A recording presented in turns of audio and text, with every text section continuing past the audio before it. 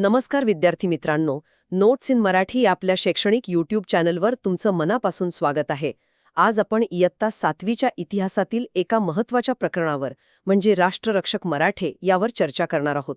शाहू महाराजांनंतर पेशवाईची सूत्र बाळाजी बाजीराव म्हणजेच नानासाहेब पेशव्यांच्या हाती आली होती आणि त्याच काळात दिल्लीमध्ये नादिरशहाच्या आक्रमणानंतर एक प्रकारची अस्थिरता होती. हो, आणि याच संधीचा फायदा घेऊन मराठ्यांनी उत्तरेत आपली सत्ता स्थिर करायचा प्रयत्न केला. पण त्याचवेळी त्यांच्यासमोर अफगाणिस्तानच्या अहमद शाह अब्दालीचं एक मोठं आव्हान उभं राहिलं. आणि याच आव्हानातून घडलं एक निर्णायक युद्ध, पानिपतची तिसरी लढाई. आजच्या या सखोल चर्चेत आपण उत्तरेतील तेव्हाची परिस्थिती, मराठे अफगाणांमधील संघर्ष आणि पानिपत युद्धाची कारणं आणि त्याचे काय परिणाम झाले यावर प्रकाश टाकूया. चला तर मग याची सुरुवात करूया. सगळ्यात आधी हे समजून घेऊ की 18व्या शतकात उत्तर भारताची परिस्थिती नेमकी कशी होती. खूपच अस्थिर होती असं म्हणायला हवं. म्हणजे बघा, अफगाणिस्तानातून आलेले पठाण होते, ज्यांना रोहिले म्हणायचे. बरोबर, अगदी बरोबर. त्यांनी हिमालयाच्या पायथ्याशी म्हणजे आजच्या रोहिलखंड भागात स्वतःचं वर्चस्व निर्माण केलं होतं. आणि असं म्हणतात की या रोहिल्यांनी गंगा यमुना नद्यांच्या प्रदेशात, ज्याला दोआब म्हणतात, तिथे खूप धुमाकूळ घातला होता. हो, आणि त्यांचा बंदोबस्त करणं तिथल्या स्थानिक सत्ताधाऱ्यांना खूप अवघड जात होतं. अच्छा.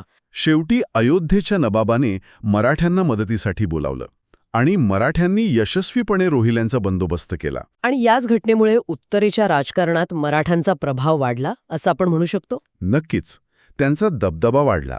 इथेच गोष्टीला एक रंजक वळण मिळतं. अफगाणिस्तानचा बादशाह अहमद शाह अब्दाली, त्याची नजर भारताच्या संपत्तीवर होती. हो, त्याने 1751 मध्ये पंजाबवर आक्रमण केलं. आणि त्यावेळी मुघल सत्ता तर पूर्णपणे कमकुवत झाली होती. अगदी. त्यांना अब्दालीच्या आक्रमणाची प्रचंड भीती वाटत होती. आणि खरं सांगायचं तर संरक्षणासाठी मराठ्यांशिवाय दुसरा कोणताही सक्षम पर्याय त्यांच्याकडे नव्हता. म्हणजे मुघल बादशाहला मराठ्यांच्या सामर्थ्यावर विश्वास होता. सामर्थ्यावर आणि त्यांच्या प्रामाणिकपणावरही. आणि याच गरजेतून तो प्रसिद्ध करार झाला एप्रिल 1752 मध्ये. हो, मराठे आणि मुघल बादशाह यांच्यात एक करार झाला. या करारानुसार मराठ्यांनी रोहिले, जाट, राजपूत आणि अफगाण यांसारख्या शत्रूंपासून मुघल सत्तेचे रक्षण करण्याची जबाबदारी स्वीकारली. बरोबर. आणि या बदल्यात त्यांना बऱ्याच गोष्टी मिळाल्या. रोख रक्कम मिळाली. पंजाब, मुलतान, राजपुताना, सिंध आणि रोहिलखंड या भागातून चौथाई वसूल करण्याचे हक्क सुद्धा. हो, चौथाई म्हणजे एक प्रकारचा कर. इतकंच नाही तर अजमेर आणि आग्रा या प्रांतांची सुभेदारी सुद्धा त्यांना मिळाली. पण यातली सगळ्यात महत्त्वाची आणि कदाचित धोकादायक गोष्ट म्हणजे काबूल, कंदाहार आणि पेशावर हे जे पूर्वी मुघलांचे भाग होते आणि आता अब्दालीच्या ताब्यात होते, ते परत जिंकून मुघलांना देणं हे मराठ्यांचं कर्तव्य ठरलं. अगदी. आणि इथेच भविष्यातल्या मोठ्या संघर्षाची बीजे पेरली गेली. कारण अब्दालीला कमीत कमी पंजाबपर्यंतचा प्रदेश तर आपल्या ताब्यात हवाच होता. हो, त्यामुळे मराठे आणि अब्दाली यांच्यात संघर्ष होणं अटळ होतं. या करारानंतर पेशव्यांनी शिंदे होळकरांच्या फौजा दिल्लीच्या संरक्षणासाठी पाठवल्या. आणि मराठे येत आहेत हे कळताच अब्दाली मायदेशी परत गेला. म्हणजे तात्पुरता संघर्ष टळला. पण तो पूर्णपणे टळला नाही. नानासाहेब पेशव्यांनी मग आपला भाऊ रघुनाथराव याला अब्दालीचा सामना करण्यासाठी उत्तरेत पाठवलं. हो, पण इथे एक दुर्दैवी गोष्ट घडली. कोणती?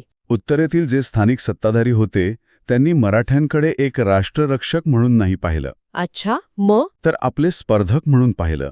त्यामुळे त्यांनी मराठ्यांना मदत केली नाही. म्हणजे मराठे तिथे एकटे पडले. जवळपास. हो, ही घटना घडल्या.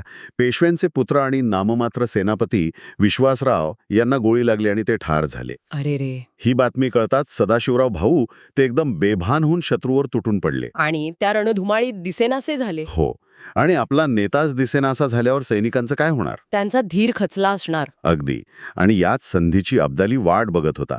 त्याने आपली राखीव आणि ताजी दमाची फौज ऐनवेळी मैदानात उतरवली. आणि त्यांनी मराठा सैन्यावर जोरदार हल्ला चढवला. हो, यात मराठ्यांचा खूप मोठा पराभव झाला. महाराष्ट्रातील एक संपूर्ण तरुण पिढी या युद्धात मारली गेली असं म्हणतात. अनेक पराक्रमी सरदार धारातीर्थी पडले. पानिपतच्या पराभवामुळे उत्तर भारतात मराठ्यांच्या प्रतिष्ठेला खूप मोठा धक्का बसला. हे नुकसान तर म्हणजे भरून न येण्यासारखं होतं. खरे, पण मराठी इथेच थांबले नाहीत. हीच तर त्यांची खासियत आहे. बरोबर. या मोठ्या पराभवातून सावरून त्यांनी उत्तरेच्या राजकारणात पुन्हा उभे राहण्याचं ठरवलं आणि यात पेशवा माधवराव यांचा खूप मोठा वाटा होता. त्यांनी मग महादजी शिंदे, तुकोजी होळकर, रामचंद्र कांडे यांसारखे सरदारांना परत उत्तरेत पाठवले. हो, मराठ्यांची गेलेली प्रतिष्ठा परत मिळवण्यासाठी. आणि या सैन्याने काय कामगिरी केली, ते यशस्वी झाले का? यशस्वी. त्यांनी तर पूर्वीपेक्षा जास्त दरारा निर्माण केला. मराठ्यांच्या फौजांनी जाट, रोहिले आणि राजपूतांना पराभूत केले. इतकंच नाही, तर त्यांनी मुघल बादशाह शाह आलम याला पुन्हा आपल्या आश्रयाखाली दिल्लीच्या तख्तावर बसवलं. हे तर खूपच मोठं यश आहे. हो ना, यातून त्यांनी उत्तर भारतात आपली सत्ता आणि प्रतिष्ठा पुन्हा स्थापित केली. पानिपतमध्ये जे गमावलं होतं ते 10 वर्षात परत मिळवलं. आणि अब्दालीचं काय झालं? तो तर युद्ध जिंकला होता. हा, हे एक महत्वाचा मुद्दा आहे. या युद्धात अब्दालीच्या सैन्याचीही मोठी हानी झाली होती. त्याला कोणताही मोठा आर्थिक लाभ झाला नाही. म्हणजे विजय मिळवूनही हाती काही लागलं नाही. काहीच नाही. उलट या अनुभवानंतर त्याने किंवा त्याच्या वारसदारांनी भारतावर पुन्हा आक्रमण करण्याची हिंमत केली नाही. त्यांना कळून चुकलं की उत्तरेतील अराजकता फक्त मराठेच नियंत्रणात आणू शकतात. खरंच. हो, या पराभवानंतरही मराठे इतक्या यशस्वीपणे पुन्हा उभे राहिले, हीच या इतिहासातील सर्वात महत्त्वाची गोष्ट आहे. आणि यात मल्हारराव होळकर, अहिल्याबाई होळकर आणि महादजी शिंदे यांचा सिंहाचा वाटा होता.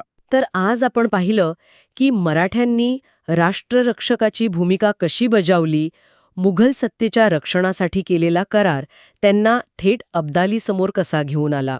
आणि पानिपतच्या युद्धात झालेल्या मोठ्या पराभवानंतरही मराठे कसे पुन्हा उभे राहिले. पानिपतचा पराभव हा मराठ्यांच्या इतिहासातील एक दुःखद अध्याय नक्कीच आहे. पण तो त्यांचा अंत नव्हता. त्यातून सावरून पुन्हा आपलं वर्चस्व सिद्ध करण्याची त्यांची क्षमता खरोखरच वाखाणण्याजोगी होती.